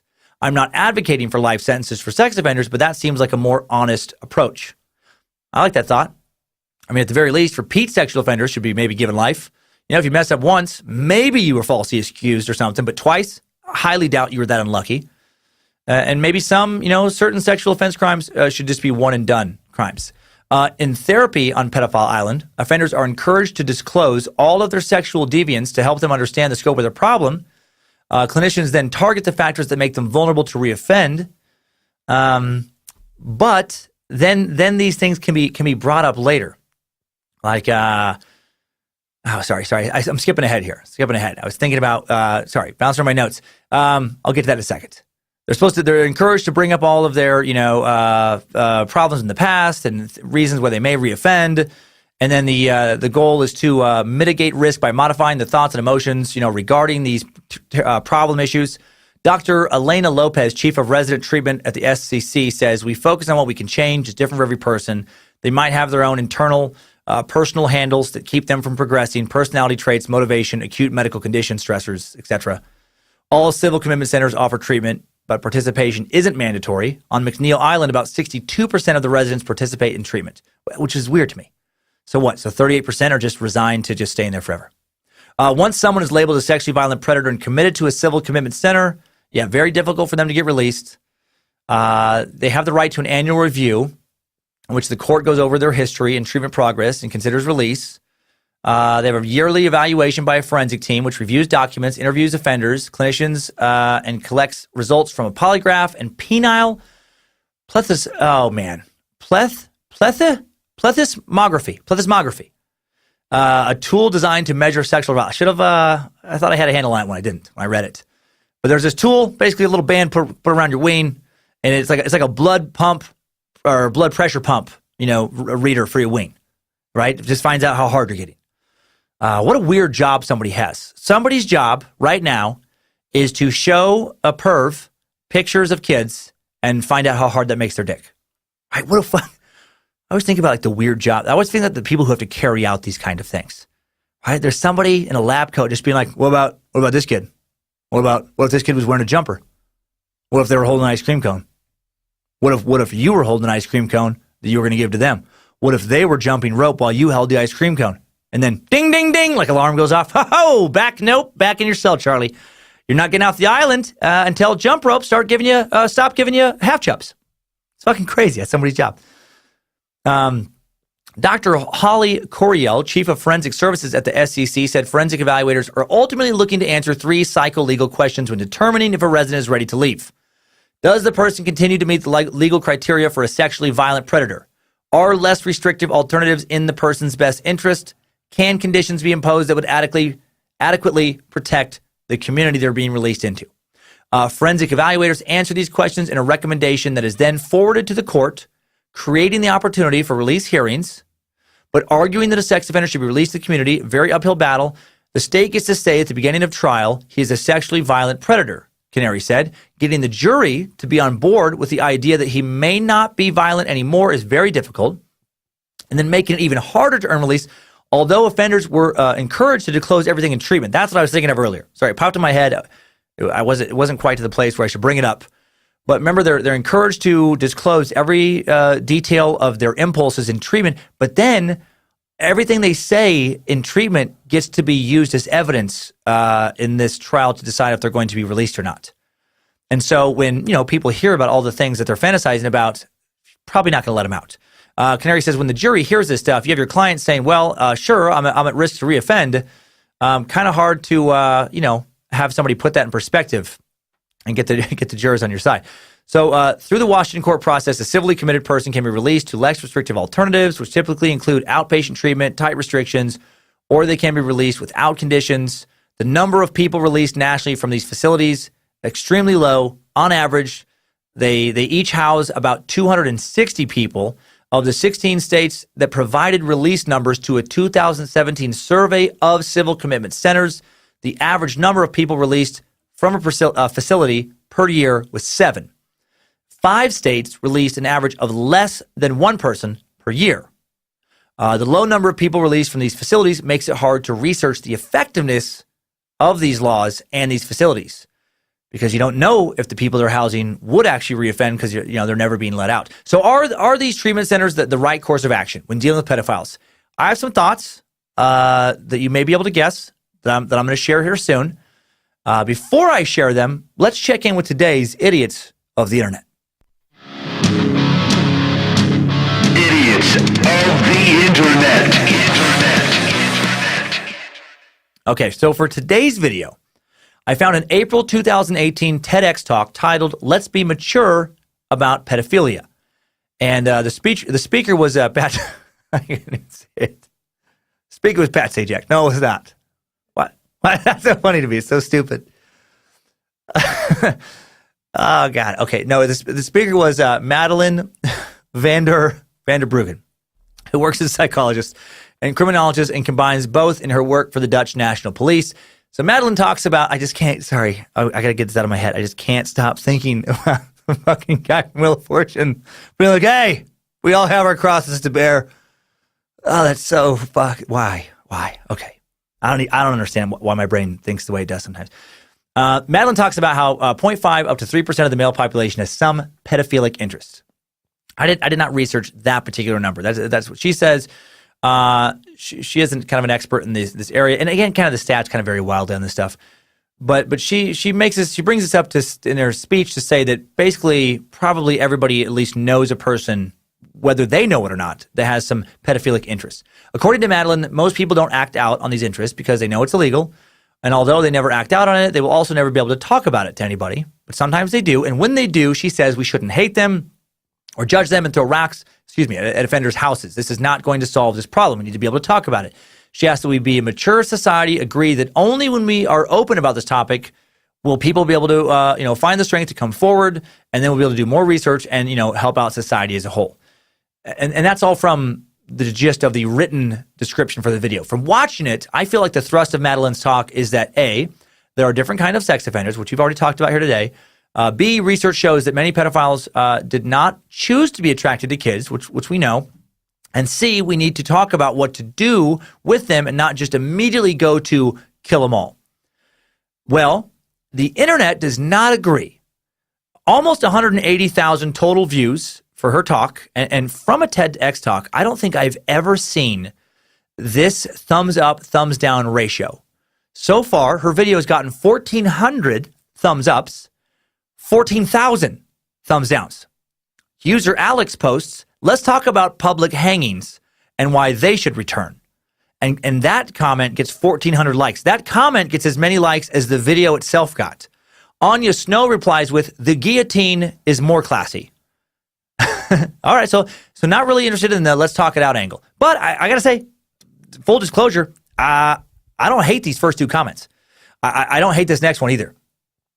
User Fabrizio posts, children are sacred. You don't mess with them. You don't defend those who do either. 1,300 thumbs up. Fabrizio does bring up an important point. Why are pedophiles the most hated group of people, even in prison? Why are they considered the lowest of the low? Because they attack the same people that the rest of us work so hard to protect, children. They prey on the most vulnerable members of society. Gordon M. posts, let's legalize murder too. 1,800 upvotes, more than the actual video. This topic, sending the comment section to a violent feeding frenzy, which I get. It gets my blood boiling as well. Fucking, I can't even read some of these names because they're not real words. People's YouTube handles are just fucking made up nonsense half the time. Some nonsense word posts. Comment section gives me hope for the future. 1,800 likes. Okay, so far, in my opinion, so far so good. At this point, starting to think that I guess I'm the idiot of the internet this week because I do agree to some level with everything that I've seen posted so far, and agreeing with a lot of comments in a YouTube video thread is typically not a good thing from what I've seen. But then Mountain Hair jumps the shark, taking this all needlessly into Conspiracyville, like people on the web seem to love to do, posting, this is the end of the quote-unquote rainbow. Many of us predicted the diversity equality agenda was a tiptoe approach to legitimizing the abuse of innocent children. We see the agenda. It will be resisted. What the fuck are you talking about? I get it. Equal opportunity. Okay. Day number 1, I got to hire a minority. Okay. Day number 2, I can't hate homosexuals indiscriminately. Day number 3, everyone's fucking my kids. Like, what are you talking about? It's all part of the Illuminati's plan. They desperately want to fuck kids. And the best way to do that is to normalize pedophilia, right? Which is not what Madeline is talking about in her talk, by the way. She's asking society to think about this issue more, work on finding the best solution. And then this user's like, I see what you're doing. Okay, all right. I can never hire you for a babysitter, you son of a bitch. User Nick Rodriguez furthers this line of thought, as a lot of other people did in this thread. He posts, this is what the Clintons have been waiting for God's sake. Like Bill Clinton's at home watching this video and just furiously beating off. Just, yes, it's almost here, Hillary. Finally, old Slick Willie can start fucking the little ones. Woohoo! I've already addressed the Clinton pedophile link and what nonsense it is in the Pizzagate suck. I don't fucking buy it. I know some of you don't agree. We will forever agree to disagree then. To me, it's just random slander and propaganda, no more valid than the thought of lizard people ruling the earth. But so many people on the web, they so want it to be true. They so want the Illuminati to be somehow tied to pedophiles, right? Like, that's why people want power, so they can just fuck kids. That's all they want, money and kid fucking. User Terry Smith posts, in all caps, the second time PedX has tried to normalize the abuse of children. TEDx supports pedophilia. Okay. Now, I know a lot of you know that I recently did a TEDx, so I do have some insight into this. And I wish I could say something different. This actually is true. My TEDx will be on YouTube in a few months. Before I did it, they did ask me if I would help, quote, normalize the fucking of kids. And I said, yeah, of course. I get it. It's TEDx. The topic of my initial TEDx talk was my sexy summer as an ice cream truck driver / erotic child photographer. And I didn't even get to do that topic because it had been done so many times already. So I had to change it to a talk titled Secrets, How to Get the Sexiest Kids to Keep. So fucked up. And the TEDx people were like, 2 boners up. We love it. Actually, 2 TEDx dudes came out, no clothes. They don't wear clothes in the meetings, and just like did a like swing, like flip their boners up. And we're like, papa, love it. That's how they pick. Actually, if you get 2 boners up, then you get your topic. No, it's fucking. Of course, it's not true. TEDx is not into pedophilia. What they're into is discussion. Let's talk about complicated issues, not just be like, fucking, I see what you're doing, Illuminati. Let's talk about complicated issues like what to do with sex offenders. My TEDx guide, if you guide, I guess, or mentor, if you will, wonderful man named Eric, and he told me that my talk shouldn't be about providing answers, right? Don't tell people what to think. Just get them to think about an interesting issue, hopefully in a new way. And I do feel like that's what Madeline did in this talk. But the web, clearly did not understand. And I'm not saying I agree with her. I don't agree with what seems to be her bias. I am harsher on this issue than her, but I wasn't like, fuck you, lady, I see what you're doing. No, he's bringing up a different point. User Fabrizio, we heard from him earlier. I didn't mind him earlier. Now I do mind him. Because now he posts, when people talked about how normalization of homosexuality was a gateway to this sort of thing, they were accused of being paranoid. And here we are. This old lie, man, it's fucking, will this one ever go away? This old homophobic, hate-mongering, nonsensical lie. There is no link between pedophilia and homosexuality, right? It's all in the same spectrum of sexuality that heterosexuality also exists. I know some people will just never understand that, ever, because of a variety of other belief systems. But no science supports that. Being homosexual doesn't make you any more likely than a heterosexual to molest a kid, right? Plenty of heterosexual molesters out there. Very ignorant thought. Then Smiley Attitude goes Captain Obvious. I love a good Captain Obvious statement. I haven't heard one of these in a little while. And Smiley Attitude posts, yeah, if they're going to offend, then they should be locked far away from children. Fucking good thought. Smiley Attitude. Great. Nice to have you at the meeting. Thanks for showing up at work today. If people are going to try and murder other people, they should not be allowed to do that. I'm out. Contributed my thought for the day. Good one. And finally, user Vestigo posts, why does this have to show up in the comments so often? Under this video, user Vestigo posts, why is it always, all caps, Jews pushing for this? What are you talking about? She never mentioned anything about the Jewish people. Never mentioned that she was Jewish. You don't even know that she is Jewish.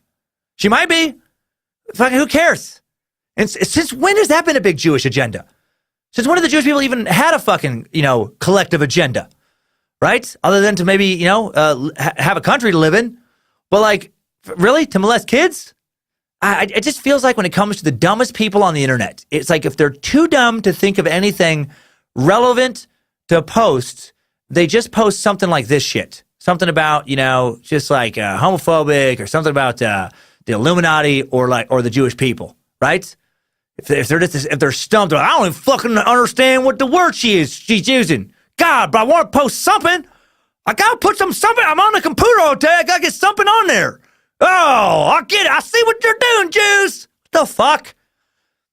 This comment gets likes. This comment got 102 likes. Got 0 dislikes. Well, no, not true. It got 1 dislike because I disliked it. Thanks, idiots. Way to contribute to today's discussion. Idiots of the internet. Okay.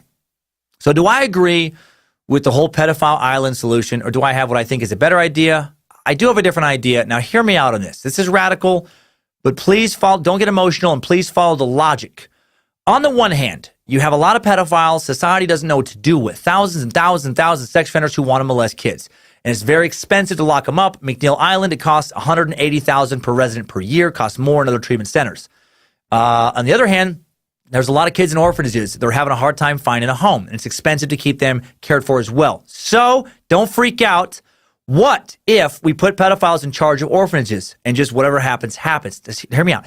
They don't get paid, but they get what, they want more than money. They get access to kids, and we don't have to provide funding for orphanages anymore then. They get a chance to have a parent who might not molest them. That's why I'm saying they might not. Are we not willing to take that chance? I mean, that's something. And that's the most fucked up thing I've probably ever said on the show. That of course, was intentionally fucked. That's a terrible idea. That is a terrible idea. I hope you knew that the whole time. I hope you knew the whole time that I knew the whole time that was terrible. No, but for real, what do we do? Well, while the trampling of some constitutional rights concerns me regarding the whole premise of continuing to keep someone locked up even after they've served their sentence, the thought of letting people out of a prison who are attracted to harming children, who are attracted to raping adults or sexually torturing people, like a Ted Bundy type person, that thought bothers me more. Paraphilia is like pedophilia. It's a mental disorder. Only with this mental disorder, you don't wash your hands way too often or feel far too sad or hear voices when you don't get treated. You fuck kids. You forget to take your bipolar medication, the consequences will affect others in the way of having to deal with someone who's very depressed or unnaturally up. I mean, there could be the consequences of suicide, but even that is very different than forgetting to take your meds and fucking a couple of kids one weekend. I mean, do you see what I'm saying? Pedophilia is a disorder that experts admit we have no cure for. Counseling and supervision may lower the odds that you'll relapse and molest someone, but they don't cure it. Compared to alcoholism, some alcoholics are able to go to meetings weekly or daily for years, surround themselves with a good support system, never touch a drink again. Sometimes they fall off the wagon and they get drunk. Sometimes for the rest of their life, sometimes for a day, a week, a month, or a year. And that's tough for them. And that's tough for their friends and families. But it's not as tough as if when they fell off the wagon, they started molesting or raping. A pedophile falls off the wagon, someone gets sexually assaulted. Someone's innocence is taken. Someone is given brutally painful memories they can never erase, or worse, someone dies. I honestly feel bad for pedophiles if they are in fact born that way. And that's terrible. How terrible. Truly, truly terrible to be born attracted to kids or attracted to sadistic torture if that's in fact what has happened. I also feel terrible for a dog who doesn't get vaccinated against rabies and then gets rabies. That fucking sucks for that dog. It's not that dog's fault. But in order to keep others safe, that dog has to die. That dog has to be put down for the greater good of general society. I feel the same way about violent, high-risk pedophiles. I'm sorry that you're wired that way, but you're too much of a threat to continue to get to live in the general population. Wesley Allen Dodd knew that. He knew he had to be removed to keep society safe. Maybe someday there will be a cure. Some surgery to rewire one's brain to eliminate this compulsion. And if that happens, hooray for society, hooray for science. But until then, I think locking these predators up in special commitment centers like Pedophile Island is probably the best way to go. I don't like them to be privately owned. I'll just say that I personally am against that. Private prison, that's a whole other suck. I don't want to go down that road too far, but I do think they should be locked up. And also, I'll take it further. I don't think they should be allowed to just hang out and receive treatment. I think they should have to work. They should have to build something. They should have to make something profitable. And that's something, that's being sold. The profits of that something should be split between the victims they've harmed and the families, of the victims they've harmed, if those victims are deceased, and with nonprofits that further help the victims of sexual abuse. And if anyone is not willing to do that, not willing to help out and help, contribute some money towards research or something, well then good night, motherfucker. Rope or the bullet. You sexually abuse others and then refuse to work to help alleviate the damage you've done. In my opinion, you absolutely deserve to fucking die. You're the lowest of the low. You have no right to be part of society. You've chosen to do nothing but bring pain to society, pain and damage. So fuck you. Get off our planet. Hail fucking Nimrod. Time for top 5 takeaways. Timesuck top 5 takeaways.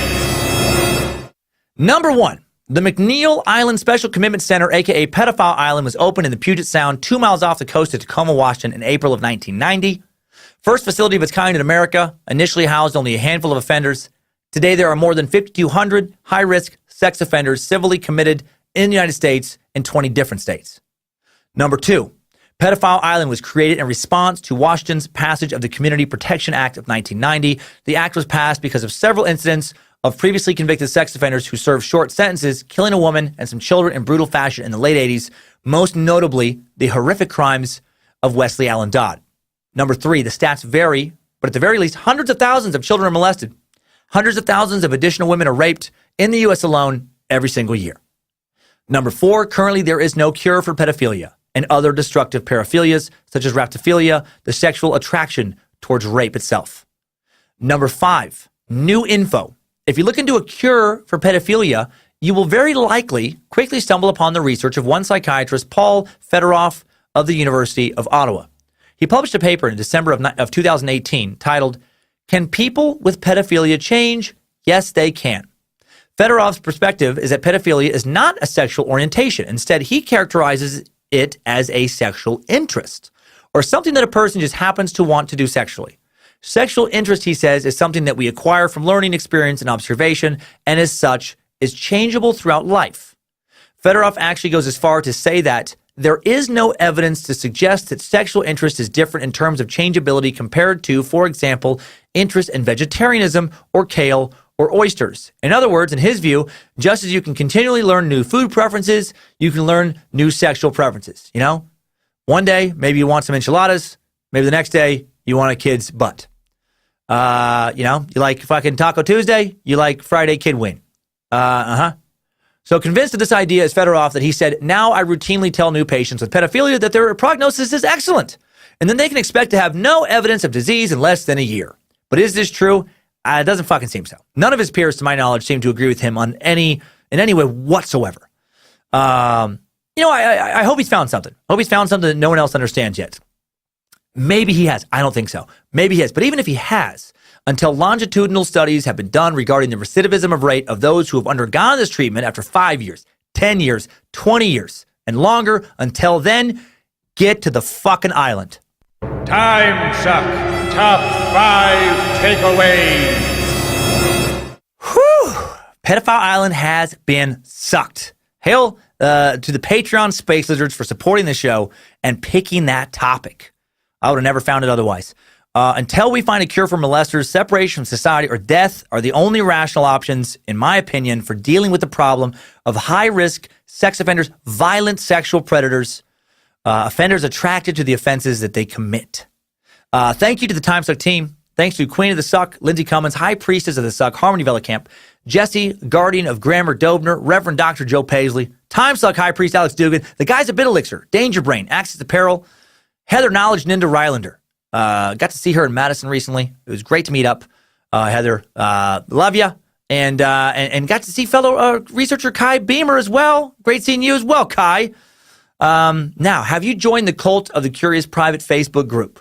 There are more than 7,000 Timesuckers in the private Cult of the Curious group now on Facebook and more than 1,500 Discord members. So get in. Link to the Discord chat room, messaging app right in the Timesuck app.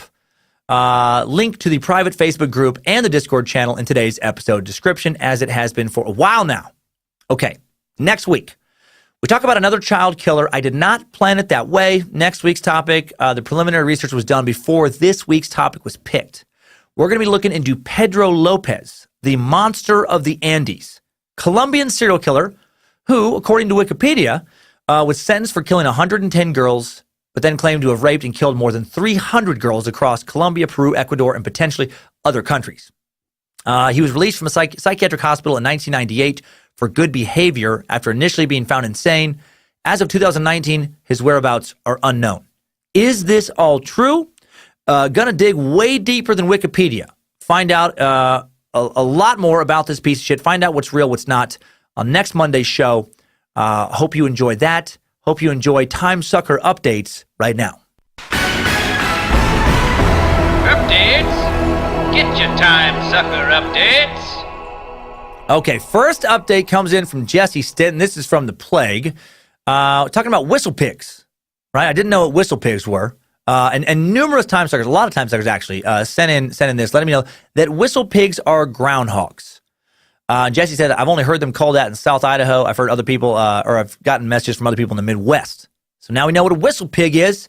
It's a groundhog, which is not as fun. There's a little pig out there in the woods, just like, just a little fucking pig walking around. Maybe a little stick on its shoulder, a little handkerchief tied around like a little hobo walking down some tracks. Okay. Now another message coming in regarding the Black Panther suck. This comes in from Timesucker Sierra Emmett. Sierra says, God damn it, Master Sucker, follower of Nimrod and coward to Lucifina. I'm listening to the Black Panther suck, and I'm in your opening comments, you said Happy Black History Month to your to your melatonin enhanced friends. The word you're looking for is melanin. Damn it. Melatonin is associated with sleep. Melanin is the chemical that determines skin shade. Sorry for busting your ass. I am as well just a white meat sack, but it's important to know the difference. Keep on saying it is important. I got a lot of messages about that, as I should have. Melanin, not melatonin. Those words are pretty close. But yeah, very different meanings. So thank you for that. Another Black Panther message coming in from Timesucker Tiffany. Tiffany says, good morning, Suckmaster Cummins. First, let me say you did a hell of a job sucking on the Black Panthers. This melanated meat sack was very elated at your unbiased presentation. I must say I was a little hesitant as to how they were going to be portrayed, since a lot of our history has been whitewashed and watered down. Damn it, by the power of Bojangles, you fucking did it.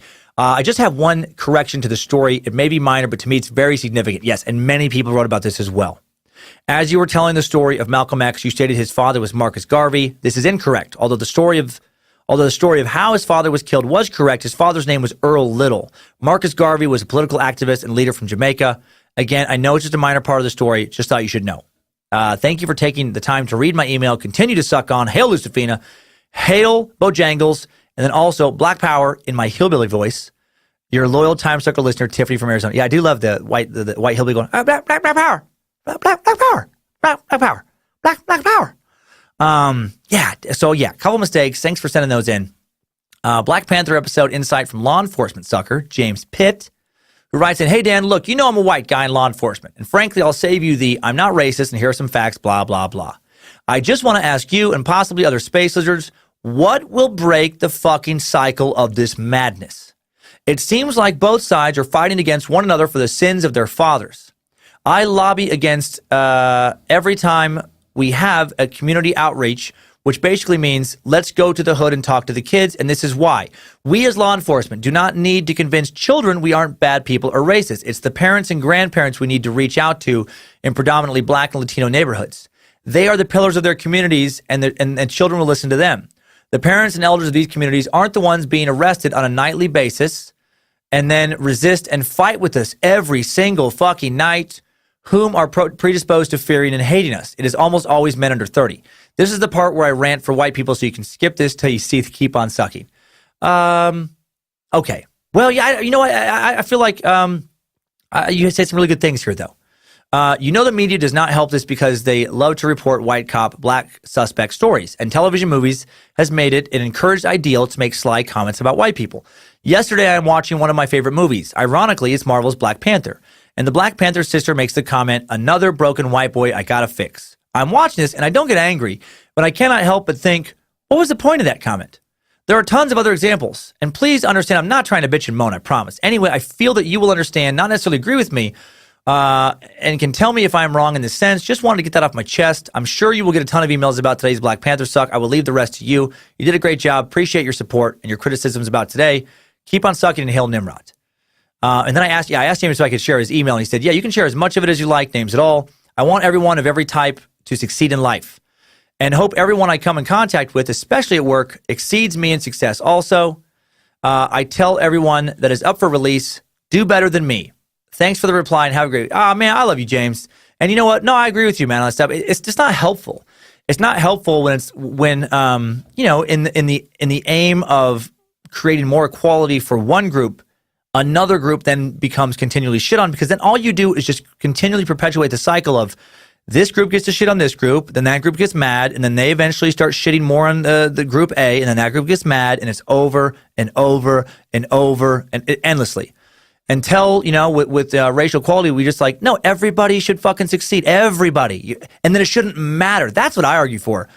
I'm not real into, me personally, I make jokes about Lindsay Polish history. I think heritage is cool, but when people go bonkers with it, and then it starts to feel to me like, okay, well now I can't be close to you because you care so much about your heritage that it kind of puts this attitude off to me of like, well, and fuck everybody else's heritage. My heritage is the best. No.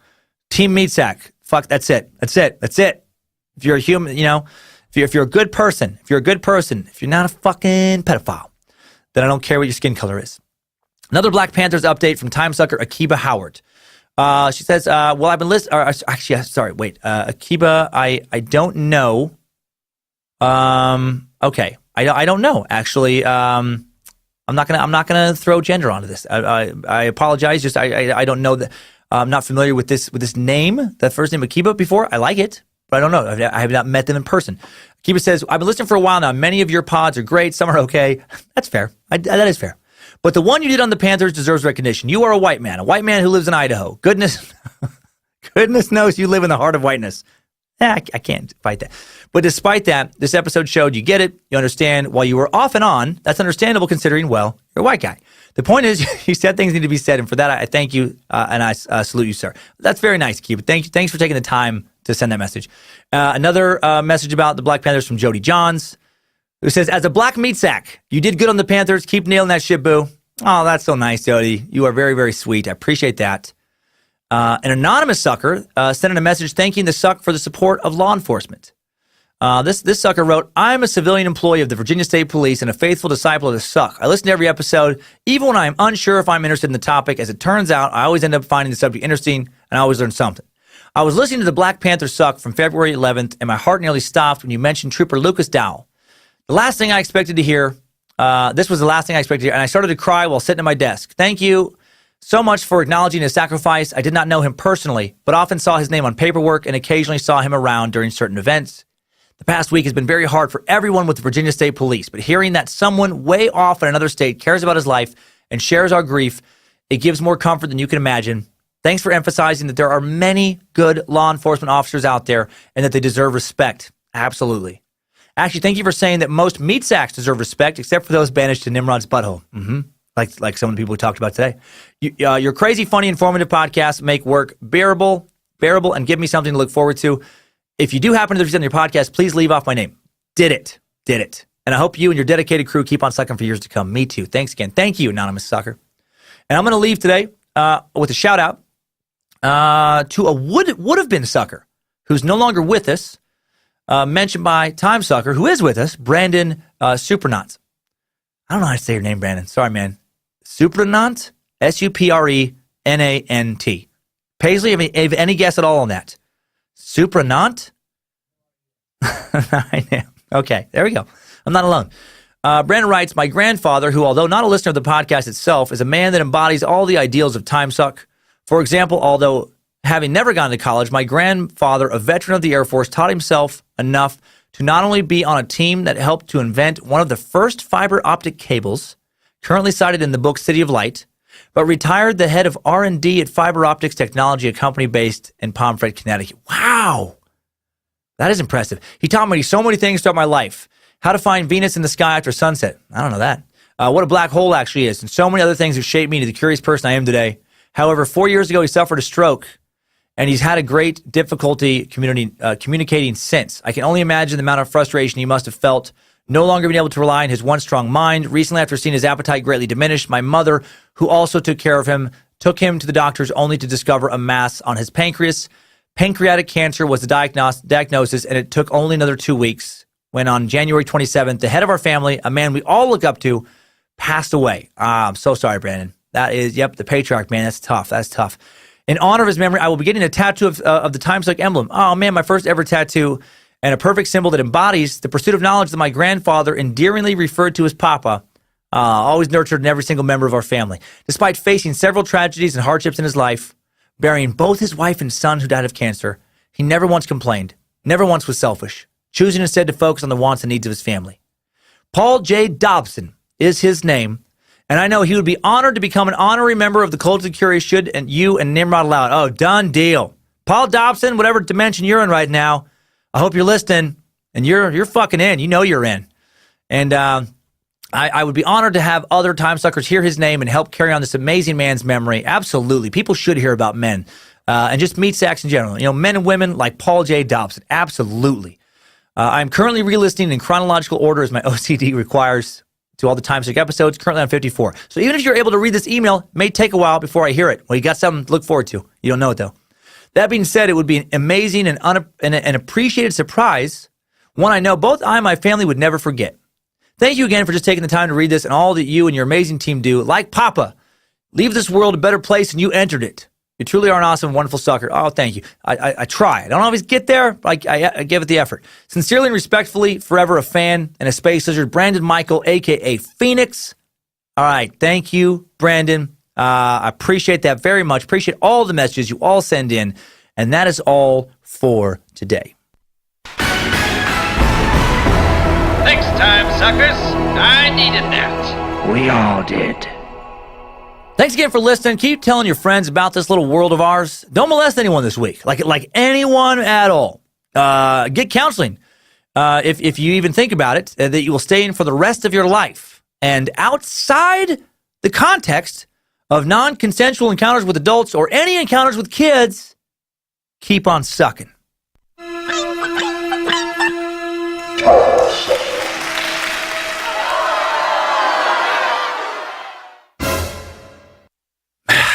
Mattress and erectile dysfunction.